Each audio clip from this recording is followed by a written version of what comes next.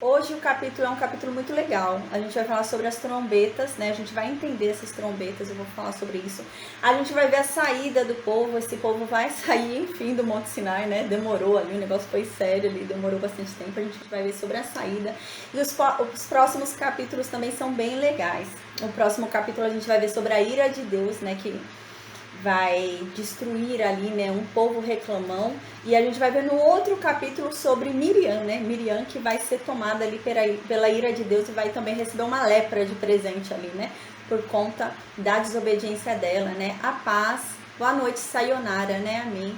Então a gente vai hoje falar sobre um capítulo bem legal, capítulo 10, então a gente já tá saindo do Monte Sinai, graças a Deus, né? A gente ficou bastante tempo, né, no Monte Sinai, mas glória a Deus, a gente tá saindo já de lá, glória a Deus. O livro tá caminhando, daqui a pouco a gente entra ali na história dos espias e a gente vai entender o que foi que custou a esse povo 40 anos no deserto, né? Era para eles terem entrado rápido, né? Era para a próxima Páscoa, né, eles já estarem ali na terra prometida, né? Mas a gente vai entender tudo isso, tá andando, glória a Deus. Aos pouquinhos a gente vai andando aí, né? Amém, com a graça de Deus. Agora a gente vai falar sobre o número 10, tá? A gente vai ter que falar um pouquinho, né, sobre o que a gente já viu. E a gente vai ter que entender o momento histórico aqui, porque esse povo vai sair agora do Monte Sinai. Então a gente vai lembrar quanto tempo foi que esse povo ficou no Monte Sinai. Aqui, quando eles saem do Monte Sinai, já faz 1 ano e 1 mês que eles foram libertos, né? Então 1 ano e 1 mês que eles foram libertos e eles ficaram quase 1 ano só ali no Sinai. Deu quase 1 ano, né? Faltavam dias ali para dar 1 ano, né? Foi pouquinho tempo ali para dar 1 ano. E tudo isso foi à custa daquele bezerro de ouro, né? Era para eles terem entrado muito antes, já era para eles estarem ali na Terra Prometida, né? Mas o bezerro de ouro custou alto para eles, custou a demora do recebimento da promessa, né? A promessa já estava pronta para esse povo ia receber. Deus havia falado, a segunda Páscoa vocês vão celebrar lá, na Terra da Promessa, né? Mas por conta de um erro, de uma atitude errada desse povo, né? O bezerro de ouro custou o atraso da promessa deles, né? E a gente vai ver que esse atraso vai ser ainda pior. Aqui foi um atraso de uns 10 meses, né? Para mais. Mas vai ser muito maior, vai ser um atraso de 40 anos, a gente vai ver, né? Esse povo, infelizmente, por desobediência, por falta de fé, por diversas coisas ali, né? Embates com Deus, eles vão perder, né? Eles vão tentar fazer um embate com Deus e vão perder nessa luta, infelizmente. Então aqui a gente vai falar um pouquinho no capítulo 10 sobre isso.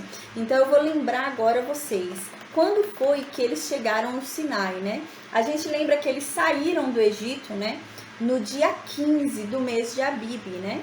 Então, no dia 14 foi a Páscoa, que eles celebraram antes da morte dos primogênitos, né? A gente lembra que a Páscoa começou ali, foi celebrada antes da morte dos primogênitos. Eles tinham que participar daquele cordeiro para que eles não fossem mortos, né? Porque o sangue daquele cordeiro morto é o que os livraria da morte no julgamento, né? Na hora do julgamento vir ali no Egito, o que livraria aquela casa da morte era aquele sangue, né? Então, eles tinham que matar aquele cordeiro antes da morte dos primogênitos, antes do julgamento sobre os primogênitos ali no Egito, né? Então a gente lembra que a Páscoa foi celebrada ali no dia 14 e eles ainda eram escravos quando eles celebraram a Páscoa, né? Mas eles celebraram na fé de que quando houvesse o julgamento, olha como isso é incrível e nos aponta a Cristo, né? Porque a gente lembra que o Antigo Testamento inteiro é um apontamento a Cristo. Vocês vão sempre me ouvir falar isso, e gente.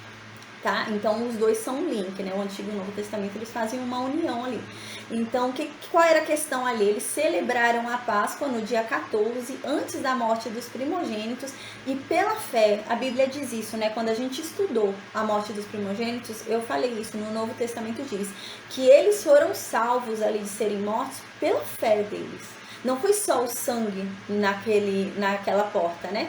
Se o sangue tivesse naquela porta, mas eles não tivessem crido, né? Se eles não tivessem acreditado que aquele sangue era o suficiente para salvar eles, eles não teriam sido salvos. A Bíblia fala claramente que o que salvou eles foi a fé de que aquele sangue era o suficiente para livrar eles daquela morte. Isso indica claramente a Cristo, né? Tudo isso era no ensinamento de Deus sobre Cristo, né? Então a gente lembra que no dia 14 aconteceu isso, né? Eles mataram um cordeiro, celebraram a Páscoa ali, né? Que era celebrar o fato deles serem poupados da morte, porque houve um substituto que morreu no lugar deles, e não só isso, mas o fato deles serem retirados da escravidão e trazidos à liberdade, né? Isso era a Páscoa, né? É a Páscoa até hoje, mas hoje nós celebramos ela em Cristo, né? Então esse era o fundamento da Páscoa. E eles começaram a celebrar no dia 14, eles eram escravos, a gente lembra ainda, né? E eles celebraram na fé de que o julgamento de Deus viria sobre o Egito e os primogênitos deles, eles não seriam tomados pela morte. E realmente foi o que aconteceu. Todos os primogênitos ali no Egito morreram, exceto aqueles que tinham sangue ali, né, na porta, porque eles creram naquele sangue que estava naquela porta, né? Então a gente lembra que isso aconteceu no dia 14 do mês de Abib. No dia 15 eles saíram do Egito, né? A gente lembra que eles saíram ali do Egito, né, libertos, rumo à liberdade deles ali no dia 15, né? Então nisso a gente lembra que aquele mês de Abib era o mês de março do calendário normal das nações, né? Já tinha começado o ano, inclusive para o povo de Israel, o ano já havia começado, já estavam no terceiro mês ali do ano, né? Mas porém, o que foi que Deus falou? Ó, eu tô libertando vocês hoje, estou dando uma vida nova a vocês hoje, né? O que houve lá atrás, né? Vocês foram liberados de uma morte, né? Eu enviei um substituto no lugar de vocês, então vocês foram trazidos novamente à vida, né? Então agora, né? Vocês estão livres, estão libertos, né? Então a gente lembra disso e foi instituída a Páscoa ali. Eles saíram no dia 15 do mês de Abib e Deus falou: agora o calendário de vocês vai zerar. Como foi dado a vocês uma vida nova, né, uma nova chance, vocês vão começar de agora em diante. O que era passado passou, não me interessa mais, né? Então a gente lembra disso. O calendário deles zerou. Então aquele mês de Abib, que era o terceiro mês para todas as nações, que foi o mês que eles foram libertos, passou a ser o primeiro mês deles. Então o calendário hebraico era diferente do calendário das outras nações. Então o ano novo deles era diferente das outras nações, né? Então, enquanto as outras nações estavam no terceiro mês do ano, os hebreus, os israelitas, estavam no primeiro mês do ano. Então o calendário deles era totalmente diferente, porque era um povo diferente, eles foram separados. Então zerou a vida deles, começou a partir daquele momento uma nova vida para eles, né? Então a gente lembra que eles saíram no dia 15 do mês de Abib, que era o mês de março para todas as nações. Porém aquele mês de Abib passou a ser o primeiro mês para Israel, né? Então o primeiro mês deles passou a ser o que já era o mês de março para todo mundo, o terceiro mês para todas as nações. Então eles saíram, a gente lembra que eles foram rumo ali ao Monte Sinai, né? Eles saíram no dia 15 do mês primeiro deles, que era o mês de Abib, né? Agora. E eles chegaram no Monte Sinai no dia 1º do terceiro mês deles, desse novo calendário deles, né? A gente lembra disso. Eles levaram 45 dias andando, né? Do Egito até chegar no Monte Sinai, né? Então, porque Deus havia falado: olha, Moisés, a prova de que eu sou com vocês e que eu vou libertar vocês é que vocês, ao serem libertos, vão passar no Monte Sinai e me adorar. E ali eu vou aparecer para vocês, né? Então, a gente tinha falado até sobre isso, né? Que a prova de Deus era uma prova de fé. Você tinha que ter fé, porque era uma prova futura, né? Deus não deu uma prova naquele momento para Moisés. Então, aconteceu. Moisés chegou no Monte Sinai, né? A gente lembra, eles chegaram ali no Monte Sinai. Então, nisso a gente lembra que Moisés subiu e foi consultar Deus. Ó, Deus, a gente está aqui, chegamos no Monte Sinai, e aí? O que o Senhor quer da gente? O que o Senhor quer que a gente faça, né? E Deus então fala que queria ter um contrato, um acordo com aquele povo, que ele teria aquele povo, seria por aquele povo, seria um Deus que guerrearia por aquele povo, que faria tudo por aquele povo. Porém, aquele povo também tinha que ser dele. Seria um pelo outro, é um acordo ali, né? A gente diz, né? Não tem escrito isso na Bíblia, é claro, mas a gente diz claramente, é um contrato como se fosse um casamento, gente. É no mesmo sentido. Porque seria um pelo outro ali. Então Deus seria por aquele povo e aquele povo seria por Deus, né? E Deus fala: ó, mas eu sou ciumento, é para adorar somente a mim. Porque a gente lembra que esse povo saiu do Egito, esse povo era habituado a adorar vários deuses. Não tinha problema para esse povo aceitar um Deus a mais. Um Deus a mais não ia fazer diferença, eles iam aceitar rindo. Mas essa era a questão, eles não tiveram problema em aceitar o Deus deles, né? Não teve problema. O problema deles foi renunciar aos outros deuses. Esse foi o problema do povo de Israel, né? Eles não tiveram problema em aceitar mais um. O problema era entender que era só aquele Deus que era o suficiente, né? E que eles não deveriam aceitar, não deveriam adorar mais aos demais, deveriam esquecer tudo aquilo, que aquilo não era Deus. Eles achavam que era, mas não era. E eles conheceram um Deus verdadeiro que era só aquele Deus que eles deveriam adorar. Mas eles tinham essa dificuldade. Eles queriam um Deus a mais, mas eles não queriam renunciar aos deuses anteriores. E havia essa dificuldade ali, a gente lembra. Então Moisés subiu, foi lá para o Monte Sinai. A gente lembra que ele ficou 40 dias e 40 noites lá no Monte Sinai. Deus falando ali com ele sobre o acordo que ia fazer com aquele povo, né, que seria o Deus daquele povo. Que aquele povo, né, foi separado para ser um sacerdócio real. Toda aquela nação seria uma nação santa. E aquela nação foi era incumbida de ensinar ao mundo sobre esse Deus. Era uma nação que foi escolhida para ensinar ao mundo sobre Deus. E os primogênitos que eram consagrados a Deus serviriam ali no trabalho que depois os levitas vieram a ser escolhidos, a gente lembra, né? E o sacerdócio já havia dado a descendência de Arão, né? A gente lembra que uma coisa é ser levita, outra coisa é ser sacerdote, né? Nem todo levita é sacerdote, só é sacerdote quem é descendente de Arão. Então a gente lembra disso, porém nesses 40 dias, 40 noites lá em cima, aquele povo lá embaixo, né? Moisés lá em cima no Monte Sinai, né? Aquele povo lá embaixo se rebelou e criou um bezerro de ouro ali, né? Com a ajuda de Arão. A gente lembra disso, isso aconteceu. Então, Moisés desceu com as 2 tábuas, a gente lembra. E ele quebrou as tábuas ali quando viu aquele bezerro de ouro. O negócio foi feio, houve até morte, a gente lembra, né? Que Moisés falou, a tribo que está com Deus vem aqui comigo, né? E a única tribo que foi em peso, que não houve ninguém que deixou de ir daquela tribo, foi a tribo de Levi, né? Foi em peso ali do lado de Moisés, né? O restante estava tudo ali na orgia, na balbúrdia, né? Então a gente lembra que os levitas então foram consagrados a Deus naquele momento, e Moisés falou, ó, se vocês vingarem o nome de Deus, saírem de casa em casa e matarem todo aquele, né, que blasfemou contra o nome de Deus, né, que foi contra o nome de Deus, vocês vão receber hoje uma bênção muito grande. E eles foram e mataram. A gente lembra que a gente já estudou isso, e eles mataram 3.000, né, do povo. E eram irmãos, mãe e pai, não importava, né? Moisés havia falado, não importa quem seja, mãe, pai, irmão, quem for, vocês vão matar em nome de Deus, né? Porque está contra Deus, para que todos vejam, né? Então a gente lembra disso. Depois disso a gente lembra que Deus se afastou daquele povo, né? Custou a presença de Deus, aquele bezerro de ouro custou a presença de Deus para aquele povo, e Deus se afastou. A gente lembra que aquele povo andava com uma coluna de nuvem e uma coluna de fogo, né? Eles eram guiados por uma coluna de nuvem e uma coluna de fogo, e aquilo era a presença de Deus, né?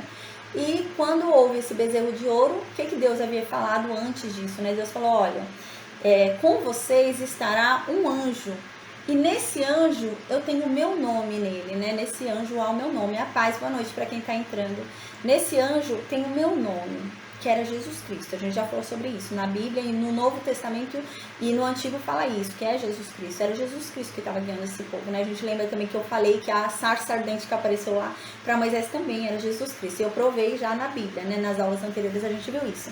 Então Deus fala isso, fala, ó, eu vou enviar um anjo para vocês, né? Então Deus fala, ó, vai ter um anjo com vocês, só que esse anjo tem uma ligação tão forte comigo, que se vocês fizerem algo contra esse anjo, eu vou sair da presença de vocês, porque nesse anjo está o meu nome. Então, fazer contra ele é fazer contra mim, porque nós dois estamos ligados, né? Isso que Deus falou.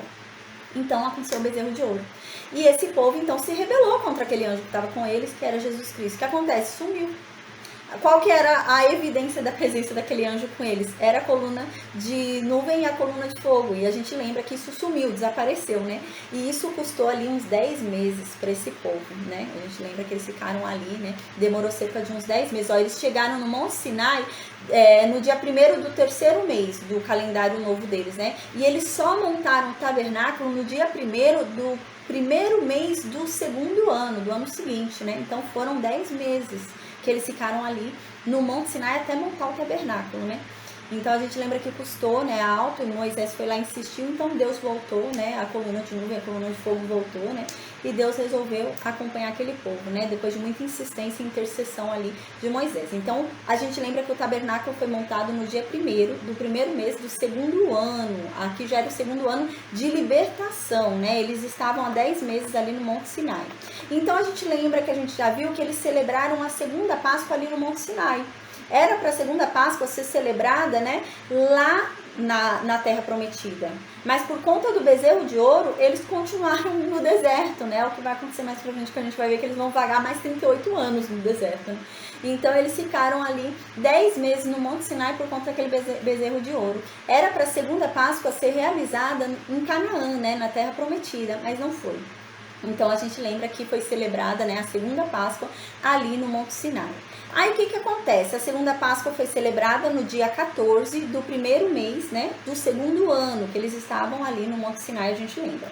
Então, no dia 1º do segundo mês depois da Páscoa, né, no segundo mês do segundo ano, a gente lembra que houve aquele censo, né? Houve o censo que a gente estudou no capítulo 1º do livro de Números, né, que houve a contagem ali do povo, né?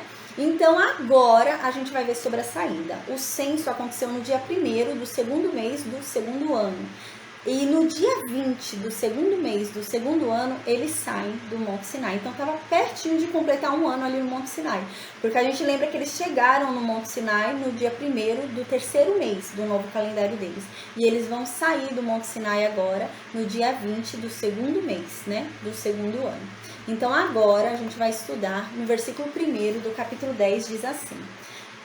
Eu dei toda essa introdução para a gente ir mais objetivo, tá bom? Eu vou fazer de uma forma mais objetiva a aula, amém. Então diz assim, versículo 1º, disse mais o Senhor para Moisés, versículo 2º, faça 2 trombetas de prata, né? De obra batida, você deve fazer essas trombetas. E elas vão servir para convocar a congregação e para a partida dos arraiais. A gente vai falar agora sobre essas 2 trombetas. São trombetas muito importantes. Essas são trombetas feitas de prata.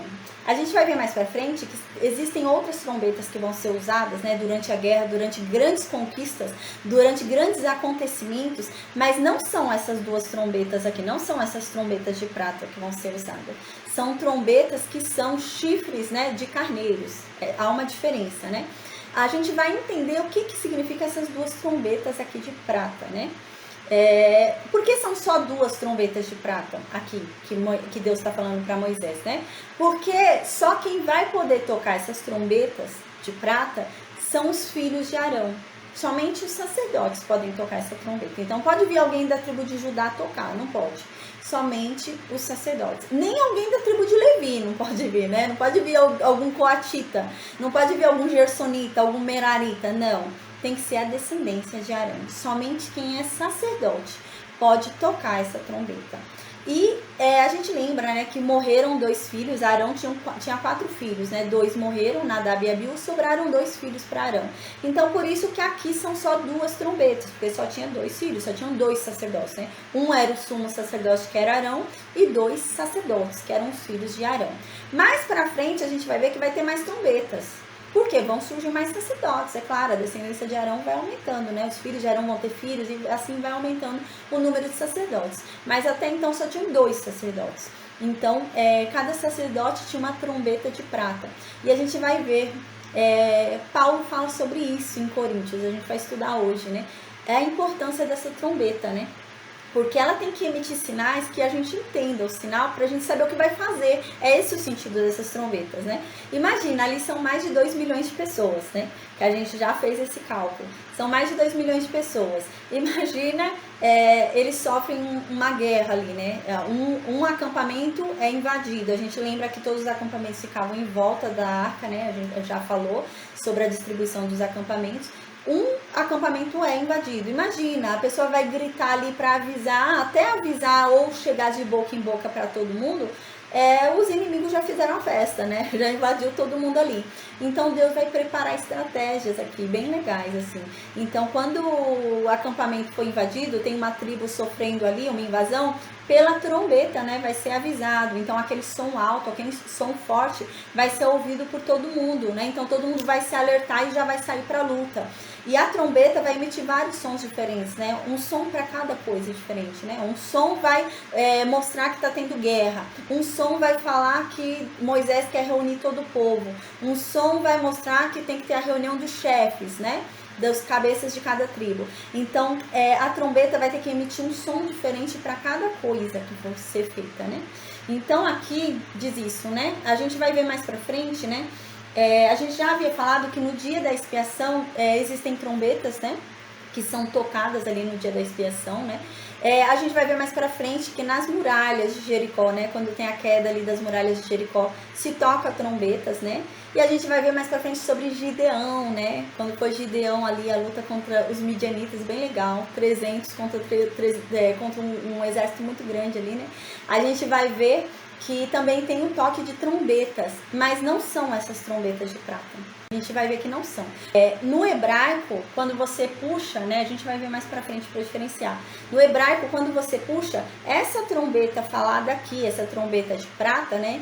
Ela tem um nome no hebraico, né? E essa trombeta usada com Gideão, usada em Jericó, usada no dia da expiação, tem outro nome, é outra coisa, não é a mesma coisa, não é essa trombeta, é outra trombeta, né? Eu achei só importante falar isso, tá? Mas mais pra frente a gente estudar mais para também não confundir as pessoas, né? Mas essa trombeta de prata era exclusiva para usar lá dentro, tá ali dentro do território de Israel. Quando eles saíam, né? Eles usavam essa trombeta aí, uma corneta, né? Era feita com chifre do carneiro. Versículo 3. Quando tocarem, toda a congregação se ajuntará a ti à porta da tenda da congregação. Vão ser feitas 2 trombetas de prata e são 2 sacerdotes. Os 2 sacerdotes, os 2 filhos de Arão, vão tocar as 2 trombetas ao mesmo tempo. Vai ser um som distinto, né? Eles tinham um som distinto quando eram as 2 tocadas ao mesmo tempo. Então, quando aquele povo ouvisse aquele som distinto que emite quando as 2 são tocadas ao mesmo tempo, o povo saberia que Moisés está querendo chamar todo mundo para se reunir porque ele tem algo importante para falar. Então, todo mundo ia ter que se reunir ali, né? Na frente do tabernáculo. Imagina realmente a dificuldade de tentar gritar, falar com mais de 2 milhões de pessoas. Então essa corneta ia facilitar bem a vida deles ali para mandar recado pro povo, né? Então no versículo 4 continua: mas quando tocar uma só, a ti se ajuntarão os príncipes, os cabeças dos milhares de Israel. Então o que acontece? Quando toca as 2 trombetas junto, de prata, né? Os 2 filhos de Arão tocam junto, significa aquele som distinto de 2 trombetas sendo tocadas juntas, significa que Moisés quer falar alguma coisa importante, então todo mundo tem que se reunir ali na frente do tabernáculo. Tocou só uma trombeta, não foram as 2, foi só uma que tocou. Vai ter um som distinto também, é um som diferente, uma só trombeta e 2 serem tocadas, né? Então, quando tocasse só uma trombeta, eles iam discernir aquele som. E falar, não, agora é o som só de uma trombeta que tá tocando. Então, é só para os chefes irem, não é para ir todo mundo, a congregação inteira, vai só os chefes lá ver o que Moisés está querendo. É assim que acontecia. Então, no versículo 5 vai começar a falar como que eram esses sons, né? Diz assim, olha, e quando for feita a saída, né, quando for para eles saírem dali, provavelmente acontecia o quê? Moisés, né, queria falar com os chefes, chamava os chefes, tocava uma vez só, chamava os chefes das tribos, a gente lembra, né, que foram levantados chefes ali, né, de 10, de 50, de 100 e de 1000, né? A gente viu isso quando Moisés encontrou o sogro dele, né? Então, levantaram-se ali chefes. Então, Moisés, por exemplo, Deus falou para Moisés, vamos ter que sair, vamos ter que partir, né?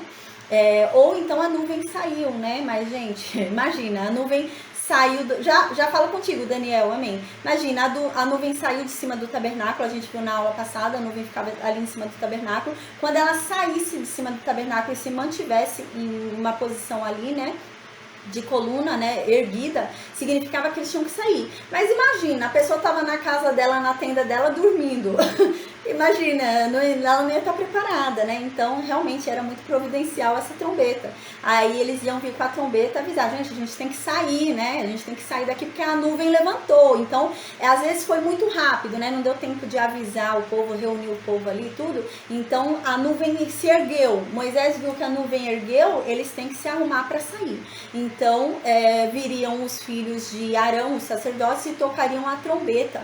E pelo som da trombeta, o povo ia se ligar, ia ter uma noção ali que eles tinham que sair. Então, eles não iam perder tempo, iam começar a arrumar, preparar as coisas ali para eles saírem, né? Então, era nesse sentido.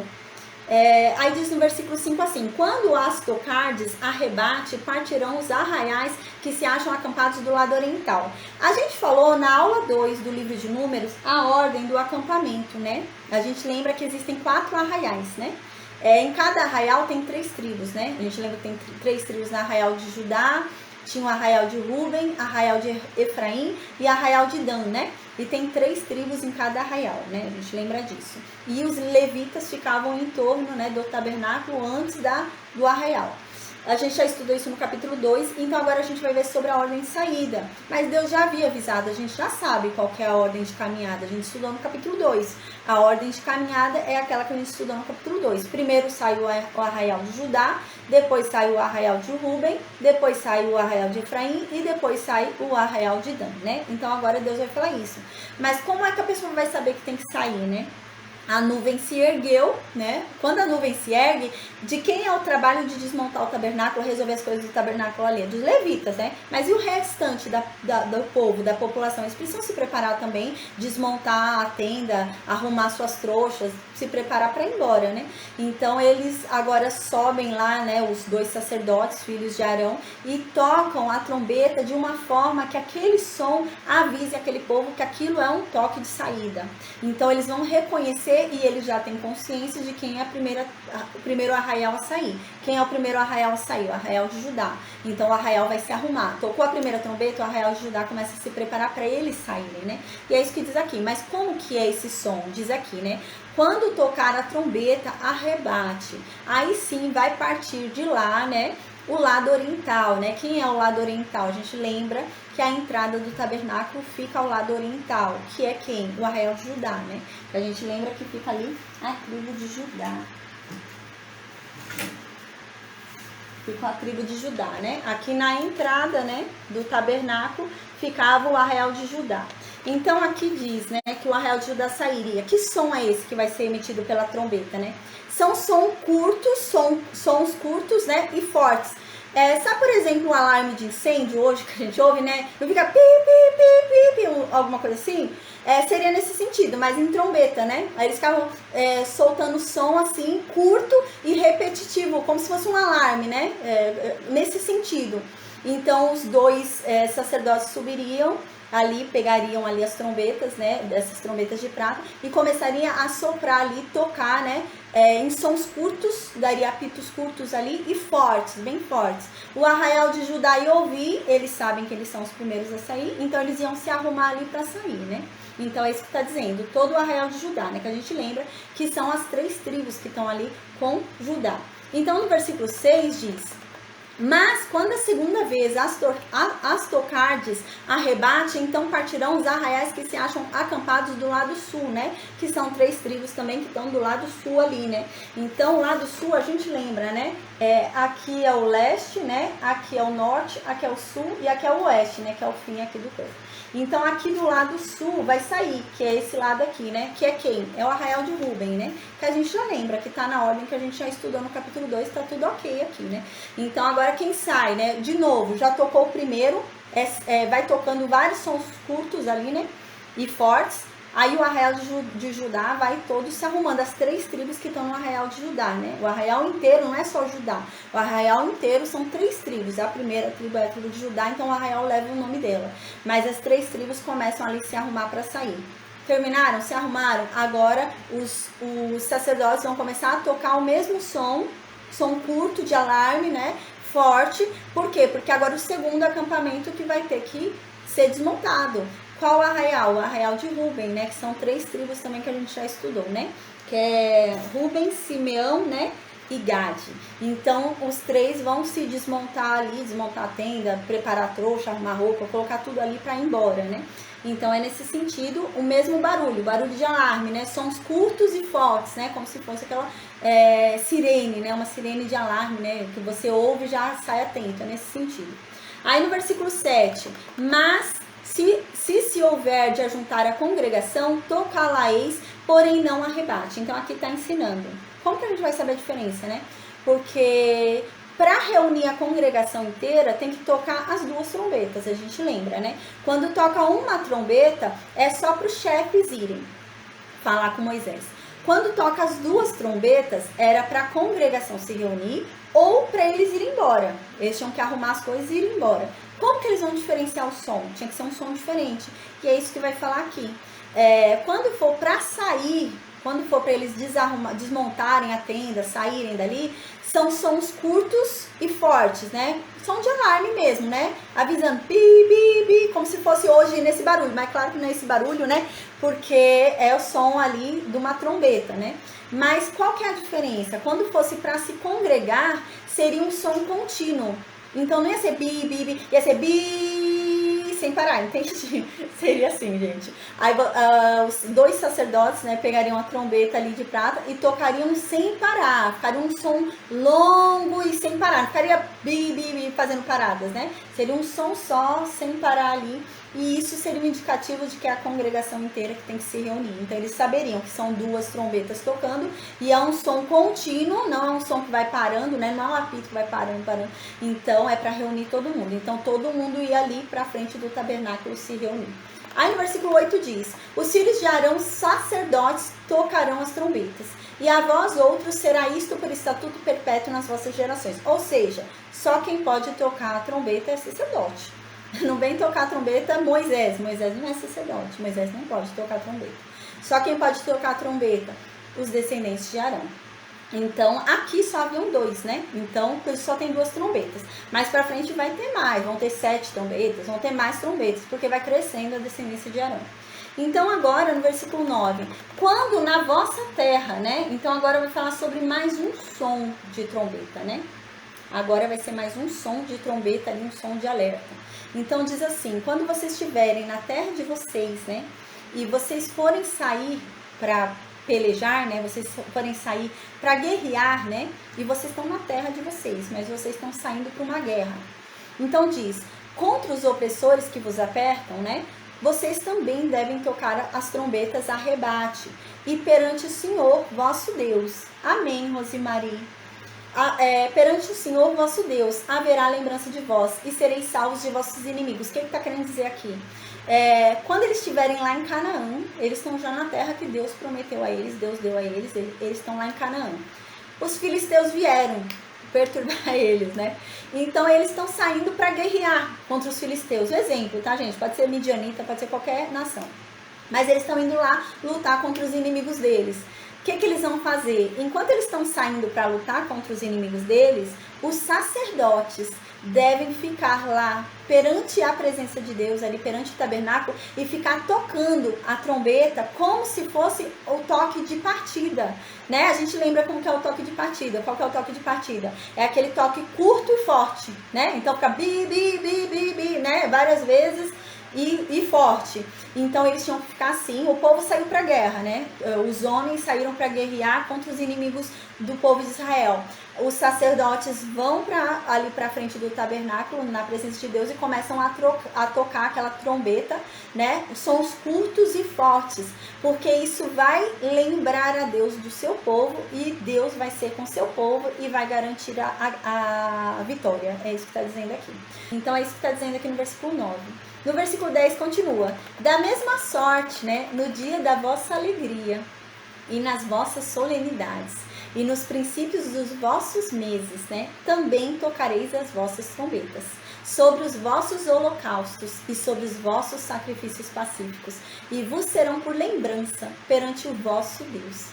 Eu sou o Senhor vosso Deus. Eu vou explicar daqui a pouco um pouco sobre isso, porque Paulo fala no Novo Testamento sobre as trombetas, né? É muito importante você emitir o som certo para que a mensagem certa seja dada, né? Porque se você emitir o som errado, a mensagem não vai ser recebida. Se você não souber o som certo para avisar esse povo de que estava em guerra, esse povo nem ia saber que estava em guerra. Então tinha que ser um som certo, né? Para avisar ali o povo.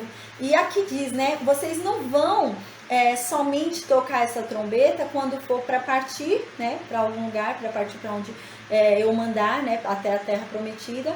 E também não é para tocar a trombeta só quando forem se reunir, né? Não é para tocar a trombeta, né, só quando vocês precisarem de mim para defender vocês. Mas é para tocar a trombeta também nos dias felizes.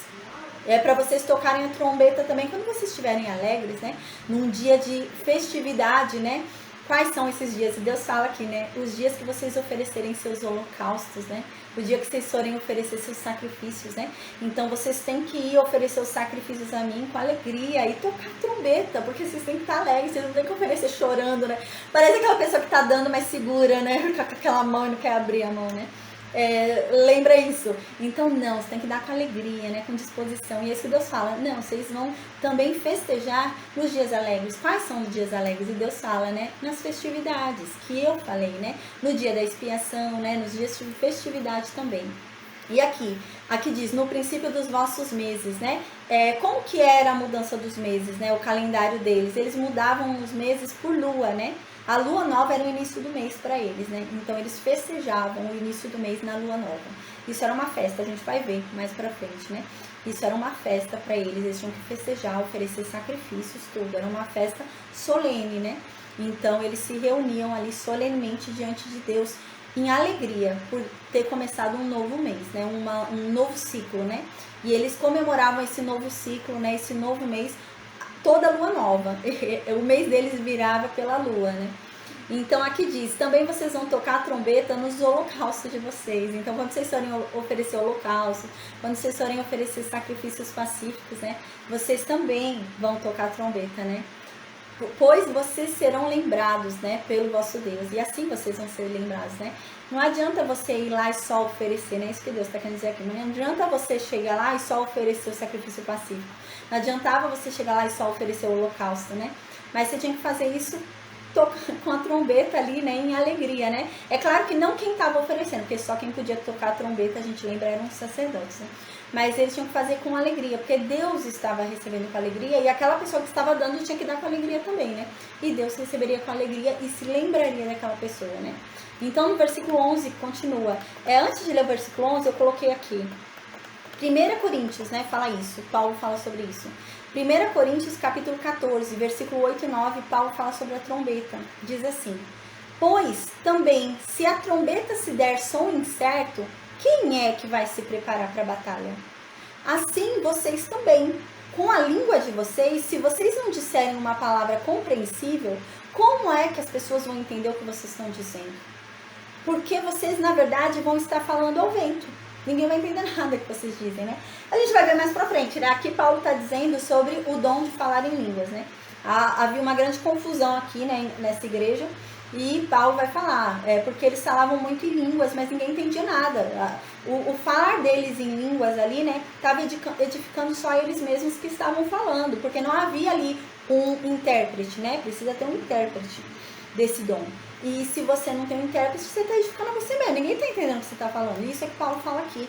Fala, gente, vocês não estão entendendo.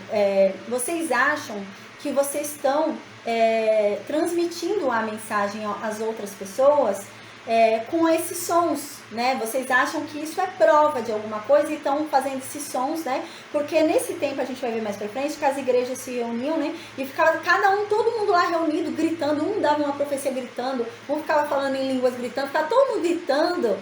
E ninguém entendia nada. Aí imagina, chegava um novo lá que não era convertido e ele tinha que ouvir a mensagem. Como que ele vai se converter se ele não ouvir a mensagem? E ele chegava lá e não ouvia nada. Ele ouvia um grito ali, ele ouvia que um falando coisa que não dava para entender nada. E é isso que Paulo fala aqui. Ele fala, gente, é mais importante vocês se concentrarem em dar uma mensagem que se compreenda. Aquele que está recebendo a mensagem tem que compreender o que você está falando, porque senão não vai adiantar nada, a mensagem nunca vai ser recebida, né? Isso em todos os aspectos, né?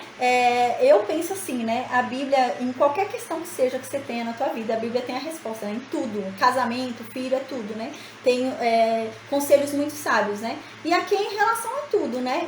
Às vezes eu lembro, né? Teve um tempo, assim, eu falava pro pessoal agora, teve um tempo da minha vida, eu acho que muita gente faz isso, que eu ficava irritada com o meu esposo e eu batia a porta. E eu queria que ele entendesse o recado que eu tava dando em bater a porta.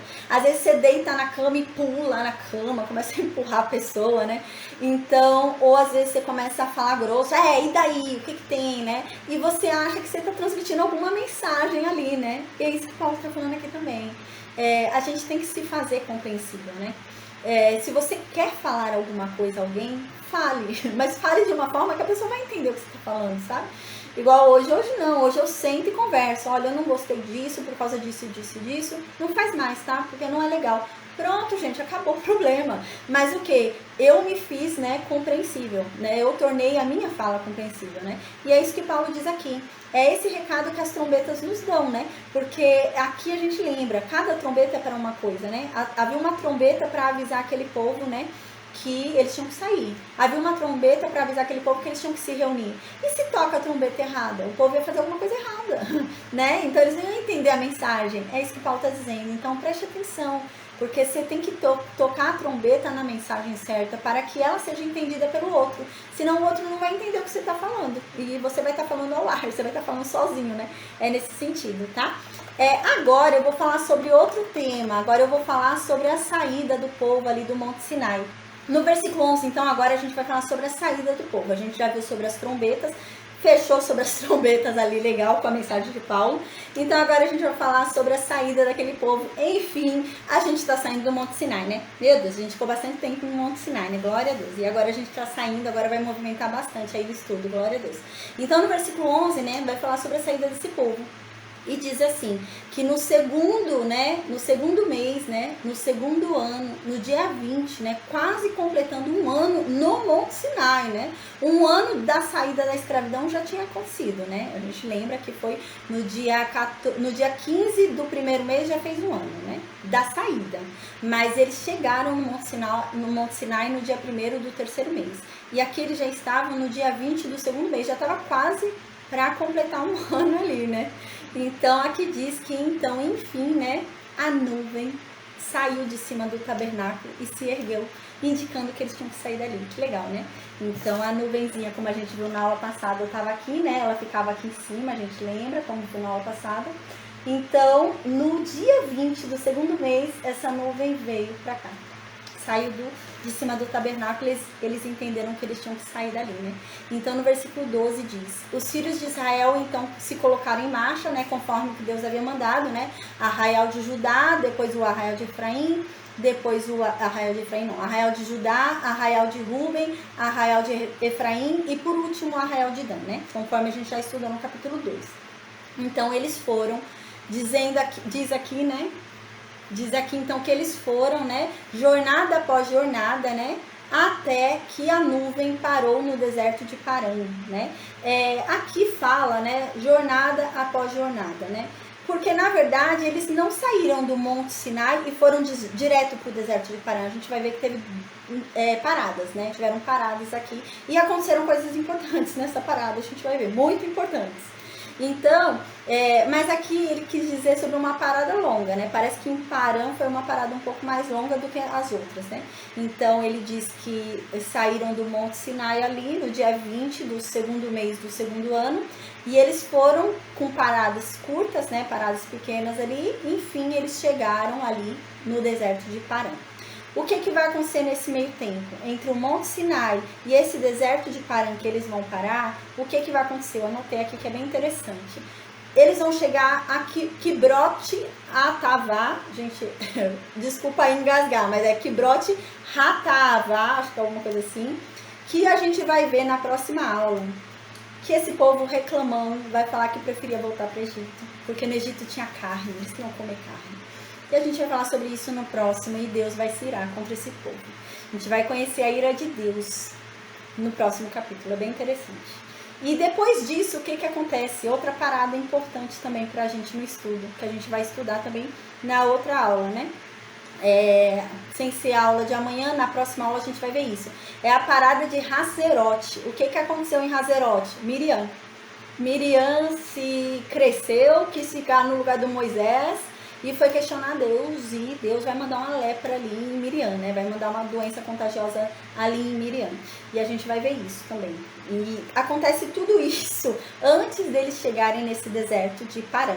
O que acontece nesse deserto de Parã, de tão importante que a gente vai ver? Os 12 espias são enviados. Que a gente vai ver que, na verdade, só 2 vão crer que é possível entrar na Terra Prometida.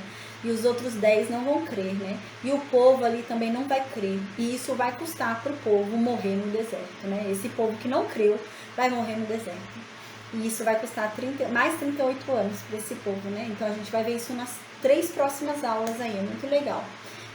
Para quem quiser dar uma lida aí antecipada, quem quiser aí já dar uma antecipada nesse estudo, é só ler Números 33, 15 e 17, você vai ver que teve esse percurso aí, né, de Sinai até Parã, o deserto de Parã teve esse percurso desses 2 lugares, né, e Números 12 e 16 também, você vai ver que teve esse percurso aí, né, antes de chegar no deserto de Parã, do Monte Sinai até o deserto de Parã, eles pararam nesses 2 lugares, que foi muito importante o que aconteceu nesses 2 lugares, que inclusive está escrito e a gente vai ler, tá? Aí no versículo 13, então, continua. Assim, pela primeira vez se puseram em marcha, segundo o mandado do Senhor por Moisés, né? Eles já haviam saído em marcha, né? A gente lembra que eles haviam saído do Egito em marcha, parecia um grande exército de Deus, né? A palavra diz isso, né? A gente lembra quando a gente estudou, que fala que eles saíram como um grande exército de Deus ali do Egito, né? Um exército desorganizado, porque ia um monte de tribo misturada, um monte de coisa, imagina, né? E aqui não.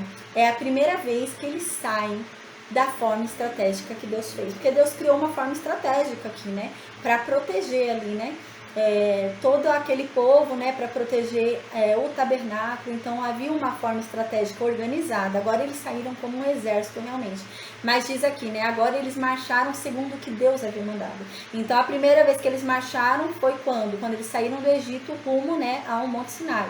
Eles marcharam, mas como eles quiseram marchar. Mas agora é a primeira vez que eles estão marchando segundo a ordem que Deus mandou marchar, que é o arraial primeiro de Judá, depois o arraial de Ruben, depois o arraial de Efraim e depois o arraial de Dan. Então eles foram seguindo agora, né, andando, seguindo essa ordem que Deus havia mandado. Então no versículo 14, né, vai falar sobre essa ordem, tá? A gente já estudou essa ordem, então eu não vou demorar muito ao ler essa ordem, tá? A gente estudou no capítulo 2 do livro de Números. Então diz assim, primeiramente então, né, seguindo essa ordem que Deus havia dado, quem saiu primeiro? O arraial de Judá. Então saiu primeiro a bandeira do arraial de Judá, né, foi saindo segundo as suas turmas, né, quem são? Aí diz Naasson, né, que a gente já falou sobre Naasson, né, Naasson é o pai de Salmão, que a gente vai ver que vai casar com a Raabe, né, que tá ali na genealogia de Jesus Cristo, né, amém, que vem Davi, né, vem Boaz, né, ali tudo a gente vai ver. Então, Naasson vem ali, né, chefe de Judá, né, filho de Aminadab. Versículo 15, sobre o exército dos filhos de Issacar, né, então Issacar tá o quê? Tá dentro do arraial de Judá, a gente lembra, né? Então, Issacar vem logo depois de Judá, vem primeiro Judá, que é o arraial de Judá, vem vindo Judá com o estandarte de Judá, bandeira do arraial de Judá. Vem vindo Judá, andando na marcha, né? Depois vem quem? Issacar, que a gente já estudou no capítulo 2. Quem é responsável por Issacar? Natanael, filho de Zuar, né? Depois vem a terceira tribo ali, que pertence ao arraial de Judá. Quem? Zebulon, né? Então vem Zebulon ali, Eliabe é o chefe dessa tribo, né? E ele é filho de Elon. Então no versículo 17. Então desarmaram o tabernáculo. Aqui vai ter uma informação importante. Quando a gente estudou no capítulo 2, 3 e 4, se eu não me engano, a gente viu, né, que o que acontece, tinha a primeira ordem de saída, que era a primeira marcha, que era o arraial de Judá. A segunda marcha era quem? O arraial de Ruben.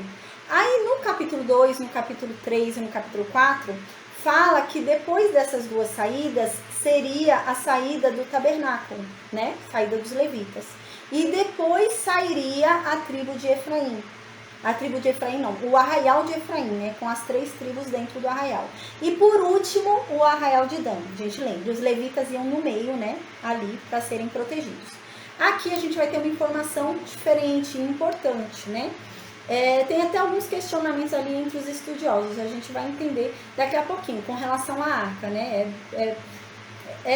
A gente não consegue entender direito, mas o importante é que a mensagem é compreendida, né? Tem coisas que a gente não entende direito, mas o importante é a mensagem central ser entendida, né? Então, amém. Então, aqui diz, né? Foram lá, então, e desarmaram o tabernáculo, né?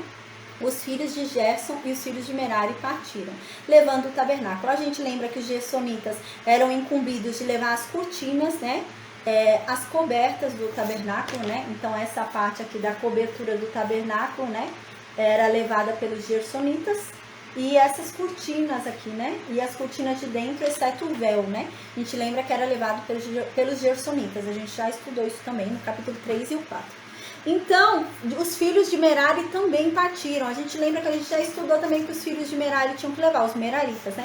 Os meraritas eram incumbidos de levar todas essas madeiras, né? Todas esses estacas, né? Todas essas bases, né? Do tabernáculo eles tinham que levar. A gente lembra que eles tinham carros para ajudar, né? Então, os gersonitas tinham carros, né? A gente lembra que haviam sido dados 6 carros, né? E 12 bois. Então, a gente já estudou sobre isso também. Os gersonitas, como eles levavam cortinas, eles tinham 2 carros. E os meraritas tinham 4 carros, a gente lembra, né? Então, o que está dizendo agora? É uma informação nova. Como eles têm carros, né? Eles conseguem seguir adiante ali, né? E eles não estão levando a coisa sagrada, eles estão levando ali a estrutura do tabernáculo. Eles vão antes, eles não vão no meio. Porque a gente vai entender que a Bíblia diz que eles devem realmente chegar antes, no lugar que eles têm que parar, e eles têm que montar o tabernáculo. Eles chegam, montam o tabernáculo, e quando os coatitas chegarem com as coisas sagradas, o tabernáculo já tem que estar montado, para as coisas sagradas já entrarem no tabernáculo. É isso que vai dizer aqui, né? Mas os coatitas vão no meio, com as coisas sagradas. Porém, os gersonitas e os meraritas, não, eles têm que ir à frente. É isso que vai dizer agora. Então, o arraial de Judá saiu, né? Vai à frente, arraial de Judá, né? Ali, para proteção, né? Ali vai seguindo o arraial de Judá. A Judá, né? Issacar e Zebulon, se eu não me engano é Judá, Issacar e Zebulon, isso mesmo, Judá, Issacar e Zebulon. Vai indo na frente, né? Atrás de Judá, Issacar e Zebulon vai quem? Os gersonitas e os meraritas. Os gersonitas levando as cortinas e os meraritas, cortinas e cobertas, e os meraritas levando as estacas, bases, né? Toda a parte estrutural ali do tabernáculo, porque eles têm que chegar antes e têm que montar o tabernáculo, né? E quem vai ser incumbido de colocar as coisas santas lá dentro? Os sacerdotes. A gente lembra que só quem pode ver a coisa santa são os sacerdotes. Os levitas não podem ver as coisas santas. Tanto que a gente lembra que elas eram embrulhadas, né? A gente já estudou sobre isso. Então aqui, né? Eles não tinham problema deles montarem, né? Porque o que acontece? Agora os levitas, os gersonitas e os meraritas vão chegar antes. Então eles vão montar essa estrutura antes. Porque quando os coatitas chegarem com o candelabro, com a mesa da proposição, o altar do incenso, né? Todas as coisas sagradas, né? Quando os coatitas chegarem com a arca, tudo, já tem que estar tudo montado. Os coatitas vão chegar com o altar de bronze, né? A gente lembra com a pia, eles chegam com tudo que é sagrado, né? Então, quando eles chegarem, já tem que estar tudo montado, né? Para eles chegarem, já entregarem. Quem vai entrar aqui e colocar as coisas sagradas? Os sacerdotes, né? Porque os levitas, coatitas, gersonitas, meraritas não podem ver aqui dentro do tabernáculo. Só quem pode ver são os sacerdotes, né? Então, eles não poderiam entrar aqui. Então, é isso que está dizendo aqui, né? Eles já montariam tudo aqui. Não tem problema eles montarem, né? Porque a gente pode pensar, nossa, mas como que eles vão montar essa parte aqui de dentro se eles não podem pisar aqui dentro, né? Porque, na verdade, não pode entrar aqui quem não é sacerdote. Só pode entrar aqui quem é sacerdote. A única exceção que a gente já viu que pode entrar aqui nessa parte é Moisés, né? Moisés é Moisés. Então, Moisés pode entrar aqui nessa parte porque Moisés falava aqui com Deus, né? A gente lembra que Moisés para aqui em frente ao altar de ouro e fala aqui com Deus, né? E o restante não podia entrar. Mas eles vão ter que montar. Não tem problema eles montarem, gente, porque não é o tabernáculo que é santo, né? O que faz o tabernáculo santo é a presença de Deus. É a mesma coisa o Monte Sinai ali, né? Quando Moisés viu a sarça ardente, né? No Monte Horebe, né? Que é o Sinai, a mesma coisa. Quando Moisés viu ali, a gente lembra que Jesus fala para ele ali da sarça ardente, né? Tira a sandália que está nos seus pés porque o lugar santo é, né? Não é que aquele monte é santo, né? Não é que aquela terra é santa. Mas o que torna aquilo santo é a presença de Deus que está ali, né? A presença de Deus saiu dali e aquilo já não é mais santo. Mas enquanto a presença de Deus estiver ali, aquilo é santo. Então, eles não podem entrar aqui, realmente não podem, quando houver a presença de Deus aqui. Enquanto houver a presença de Deus aqui, os levitas ou qualquer outra tribo não pode entrar, somente os sacerdotes, né? Mas enquanto não há a presença de Deus aqui, Deus ainda não está aqui, né? Deus ainda a presença de Deus ainda não está aqui. Então eles poderiam entrar e montar, eles montariam tudo isso, né? para quando os coatitas chegassem, entregassem as coisas sagradas para os sacerdotes, aí os sacerdotes levariam lá para dentro, porque ninguém podia ver as coisas sagradas, somente os sacerdotes viam e Moisés. Então eles entrariam com as coisas sagradas e eles tocariam, porque a gente lembra também que ninguém mais podia tocar na coisa santa, ninguém podia tocar no candelabro, ninguém podia tocar na mesa da proposição, ninguém podia tocar no altar de ouro, na arca da aliança, senão morreria. Os únicos que podiam tocar, né, era Arão e seus filhos, e mesmo assim eles tinham que tocar naquela parte, né, que a gente lembra que tinha embaixo ali, né, para ser manuseada. Eu não toco aqui meu desenho, aqui, nessa parte aqui, né, eles só podiam tocar nessa parte, não na própria coisa santa, a gente lembra, né. Então, é isso que acontece. No livro de Números, né, no capítulo 1, versículo 51, falou sobre isso pra gente. Eu vou ler rapidinho, é um versículo só. Diz assim: quando o tabernáculo partiu, os levitas o desarmarão, né? Então, os levitas viriam ajudar. Imagina, só os sacerdotes, né, só Arão e 2 filhos desmontar tudo isso não dá. Então, eles ajudariam, né, os sacerdotes ali a desmontar todas essas coisas. Porém, eles não podiam pegar na coisa santa. Eles não poderiam vir e pegar aqui, né? Só o sumo sacerdote e os sacerdotes que poderiam pegar e embrulhar. A gente lembra que eles embrulhavam. Depois que embrulhou as coisas santas, colocava um varal ali, né? E eles iam levando ali pelo pau, né? A gente lembra. Então agora, né, diz no versículo 18, depois, né, a gente vai ver então que a primeira saída ali, a primeira marcha foi o arraial de Judá, né? Então o arraial de Judá sai com Judá, Issacar e Zebulon. Depois vem quem? Os gersonitas com as cortinas e cobertas, né? E os meraritas com as estacas, bases, tábuas, né? Então eles vêm ali. Depois deles, quem vem? O arraial de Ruben, né? Então vem agora o arraial de Ruben, que era Ruben, Asser e Naftali, se eu não me engano. Não, eu errei, não é. É Ruben, Simeão e Gade. Errei, é o do Didan que eu falei. É Ruben, Simeão e Gade. Então vem agora a segunda marcha, né? A gente lembra que a primeira marcha é o arraial de Judá, que a gente já estudou no capítulo 2. A segunda marcha vem, né? Os gersonitas e os meraritas passaram, porque eles têm que montar o tabernáculo antes dos coatitas chegarem com as coisas sagradas. Então agora vem Ruben. No versículo 18 diz que vem o arraial de Ruben, agora depois dos gersonitas e meraritas. Vem vindo o arraial de Ruben, segundo as turmas dele ali, né? Segundo as 2 tribos que tem atrás da tribo de Ruben. E o responsável pela tribo de Ruben é Elisur, filho de Sedeur. Versículo 19. Sobre o exército da tribo de Simeão, né? Que é o segunda tribo que sai atrás de Ruben, né?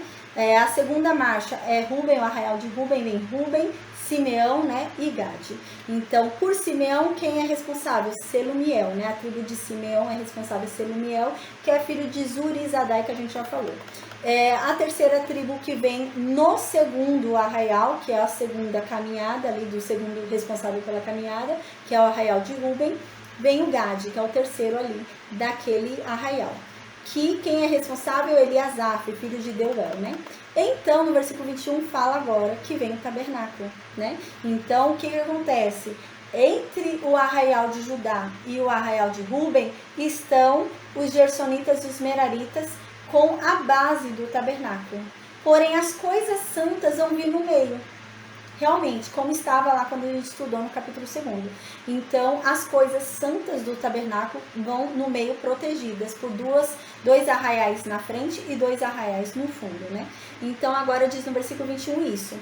Depois que partiu o segundo arraial, que é o arraial de Ruben, então vem os coatitas, que são os responsáveis por levar as coisas sagradas, que a gente lembra, que eram embrulhadas ali, né, escondidas pelos sacerdotes. Então eles levam as coisas santas ali, e diz aqui, né, e erigia-se o tabernáculo até que estes chegassem, ou seja, então os coatitas saíam no meio dos arraiais. Boa noite, a paz, Nando. Amém. É só me deixar seu número de WhatsApp e eu te adiciono ao grupo, tá bom? Se você quiser me chamar no privado, aí você deixa seu número, eu te adiciono. Amém. Então, no versículo 21, o que acontece? Os coatitas vão no meio, né, com as coisas sagradas. E aqui diz, e enquanto isso, né, eles estão ali no meio, realmente, para dar tempo dos gersonitas e os meraritas levantarem antes o tabernáculo. É isso que está dizendo no versículo 21. Eles estão indo no meio para que haja tempo para que o tabernáculo seja levantado. E quando eles chegarem, o tabernáculo já esteja pronto para que as coisas santas já sejam colocadas no seu lugar.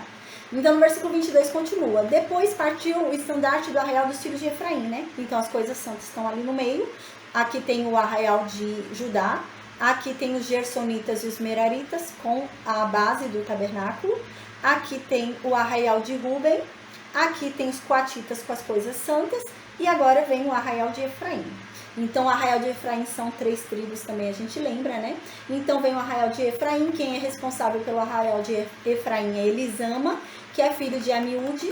Depois vem o arraial de Manassés, né? Que a gente lembra que era Efraim, Manassés e Benjamim.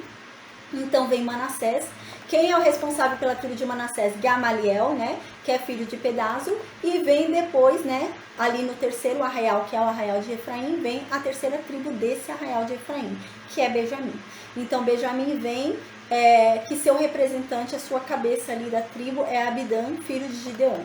Então versículo 25 vem o último arraial, né, que é o arraial ali da ponta da retaguarda, que é o arraial de Dan, né? Então vem o arraial de Dan ali com as suas 3 tribos também, né?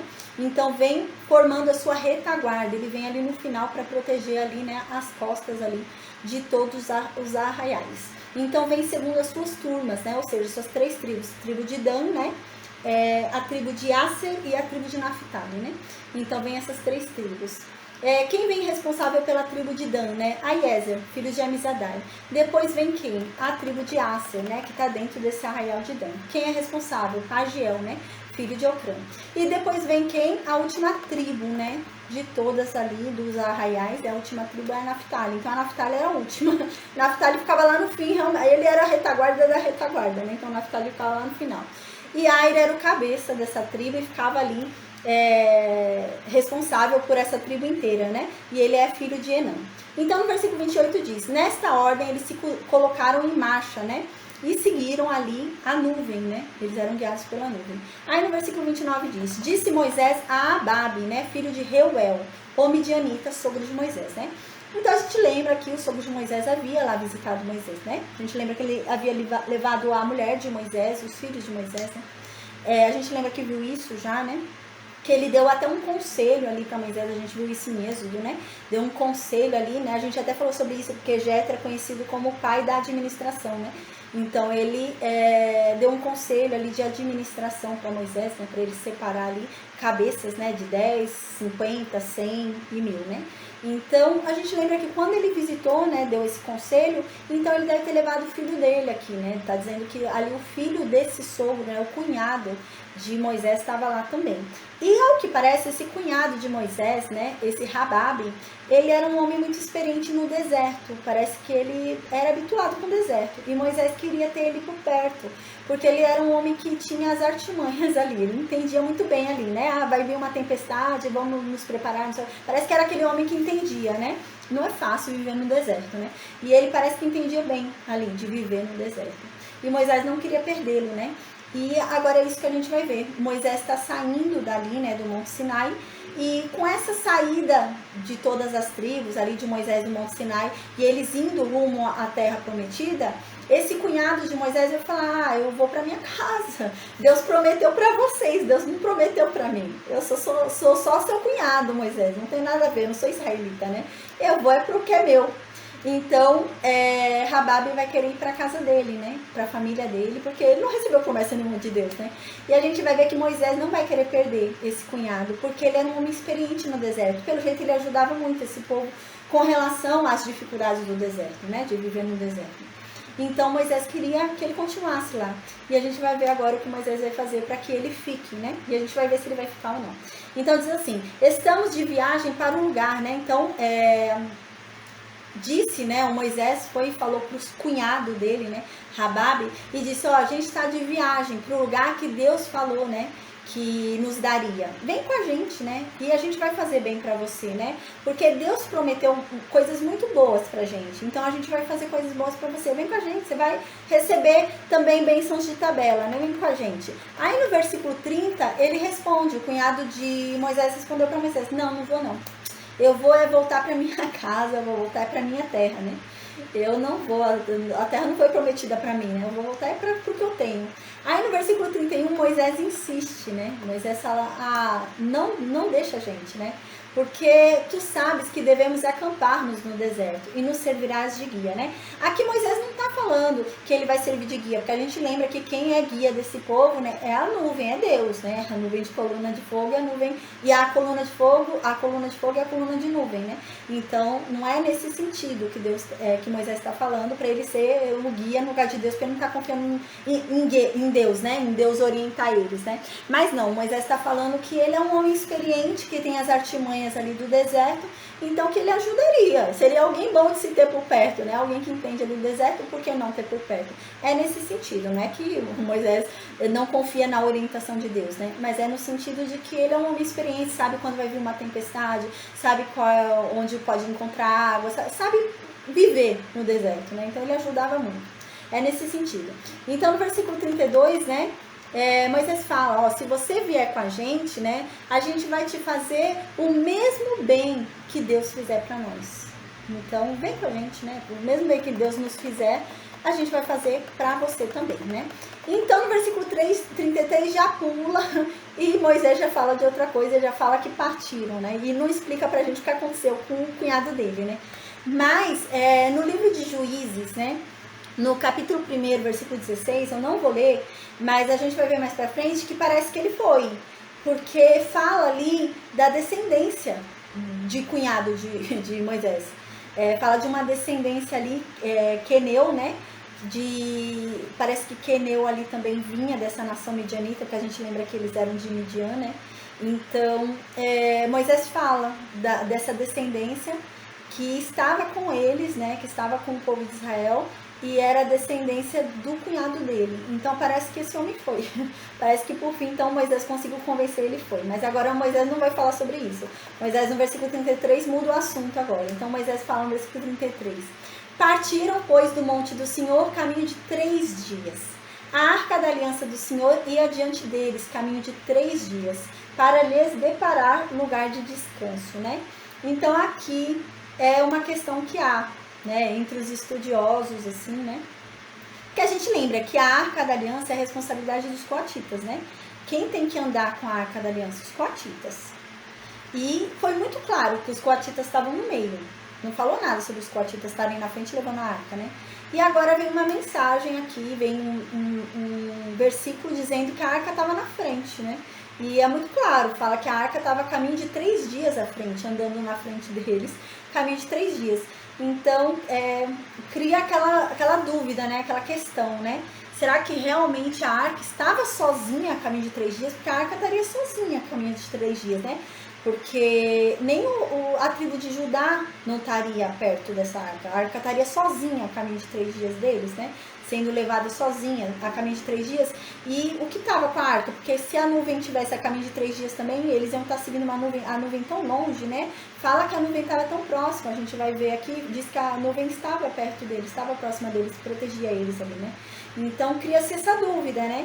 Se realmente a arca estava sozinha há 3 dias, ou se foi um modo de falar, né? Que Moisés quis usar uma expressão aqui para dizer que 3 dias Deus foi à frente deles, né? Amém. Então, aí, mas no sentido de falar, a gente vê claramente porque Moisés vai falar, né? Que parece que por 3 dias Deus se afastou deles, né? E aí Moisés fala, Deus se afastou da gente, mas Deus está espalhando os seus inimigos, Deus está destruindo os seus inimigos, né? E quando eles se acampam, Moisés fala, bem-vindo Deus de novo pra gente, né? Dá a impressão realmente que Deus ficou longe deles, né? Eles não estavam mais com Deus, é essa a impressão que dá. E realmente é isso que fala aqui, né? Que a arca foi há 3 dias deles, né? E fica essa questão, gente, eu vou ser sincera, mas assim, isso não tira o conteúdo da mensagem. Qual que é o conteúdo principal da mensagem? É que Deus estava à frente, né? Às vezes a gente fica preso ali tentando descobrir se a arca estava ou não, né? 3 dias deles, mas assim, a mensagem principal é o quê? Que Deus estava à frente, Deus estava resolvendo, né? Para eles descansarem e só seguirem, né? Aquela luz, aquela nuvem, aquela coluna de fogo, só seguirem, porque Deus estava ajeitando um lugar para eles, né? Então esse é o sentido da mensagem, né? Então eu, pelo menos, gente, eu não fico presa assim com caraminhola na cabeça, tentando me apegar a essas coisas assim, porque isso tiram, né, o nosso foco da mensagem principal, né? E qual que é a mensagem principal? A mensagem principal foi dada, né? Então, independente de se a arca foi ou não, a gente não está entendendo isso, qual é a mensagem principal? É que Deus foi à frente, né? É muito claro isso. Moisés deixa muito claro que Deus foi à frente. Tanto que Moisés fala, tudo bem, Deus foi à minha frente, mas Deus foi à minha frente para tirar da minha frente todos os inimigos. É isso que Moisés fala. Deus foi à minha frente, 3 dias à minha frente. Deus não está aqui do meu lado agora, não está comigo agora. Ele foi há 3 dias à minha frente, mas ele foi à minha frente para tirar da minha frente todos os meus inimigos, para que eu tenha passagem livre e para que ele encontre um lugar seguro para eu ficar. É isso que Moisés fala. Então essa mensagem foi claramente recebida. Então, para mim não faz sentido ficar questionando se a arca estava, não estava, entende? Então a mensagem principal é essa. Deus foi à frente, né, caminho de 3 dias, para tirar todos os inimigos da frente deles, né, abrir o caminho para eles e encontrar um lugar seguro. Então Deus encontrou um lugar seguro e eles chegaram lá seguros, porque Deus foi limpando o caminho para eles, né? É esse o sentido, né? Então eu não me apego muito a coisas assim que a gente, às vezes a pessoa passa a vida inteira estudando e você não vai encontrar a resposta, porque não vai ter resposta, porque a mensagem principal foi dada, né? Quando a mensagem principal não é dada, aí é uma grande questão, mas se a mensagem principal foi dada, não tem, né, o porquê essa preocupação. Então aqui lendo de novo no versículo 33 diz isso. Então eles partiram do monte do Senhor, né, ali o monte Sinai, e seguiram um caminho de 3 dias. Ficaram 3 dias andando, imagina, andaram bastante, né? A gente consegue ir para um lugar bem longe, 3 dias andando sem parar, né? Então eles caminharam 3 dias ali. Aí diz, a arca da aliança do Senhor ia na frente deles, caminho de 3 dias. Eu falei sem parar, mas na verdade eles pararam, a gente lembra, né? Que até chegar ali no deserto de Padã, houve paradas, né? Então aqui, né, a arca da aliança do Senhor foi adiante deles, caminho de 3 dias, né? Então estava 3 dias à frente deles, a arca da aliança. Então a arca da aliança chegou lá 3 dias antes deles chegarem, né? Isso que está querendo dizer. Deus chegou lá no lugar 3 dias antes deles chegarem até aquele lugar, porque Deus preparou o lugar para eles, né? Nesse sentido. Quando eles chegaram, Deus já havia preparado um lugar, escolhido um lugar perfeito para eles ficarem. E eles chegaram 3 dias depois, né? Deus chegou 3 dias antes ali para preparar um lugar bom. Então, no versículo 34, voltando para o capítulo 10, diz assim: a nuvem do Senhor pairava sobre eles de dia, quando partiam do arraial. Então, aqui volta a falar sobre a nuvem, né? Então, a nuvem ficava ali sobre eles, né? De dia, quando eles partiam do arraial. Partindo a arca, Moisés dizia, né? Então, aqui fala mais uma vez sobre a arca, né? Quando a arca saía, né? Aí Moisés já falava, né? Levanta-te, Senhor, né? Provavelmente a nuvem, né? Quando a nuvem levantava, se erguia e ele percebia que tinha que sair dali, né? Então Moisés olhava e falava, levanta-te, Senhor, e dissipados, destruídos sejam os teus inimigos, e que eles fujam diante da tua presença, né? Todos que te odeiam, né? Então Moisés sempre falava isso, quando via que Deus estava ali se erguendo, né? E indo à frente para preparar caminho para eles, Moisés falava isso. E no versículo 36 diz o que Moisés falava quando a nuvem parava, quando era o momento de acampar, né? Então, quando era o momento de acampar, a nuvem parou para acampar aqui, montar o tabernáculo aqui, né? A primeira coisa que era montada era o tabernáculo, né? Eu não vou montar a minha casa e depois montar a casa de Deus, né? Era primeiro montada a casa de Deus e depois você montava a sua casa, né? Então aqui, né, ele diz, né, quando parava ali, eles viam que iam acampar ali, então Moisés falou, volta Deus, né, volta pra gente, Deus, volta para os seus milhares de milhares, né, de Israel, né, a gente lembra que realmente era muita gente ali em Israel, né, então é aqui que termina hoje a aula, amém, tá bom?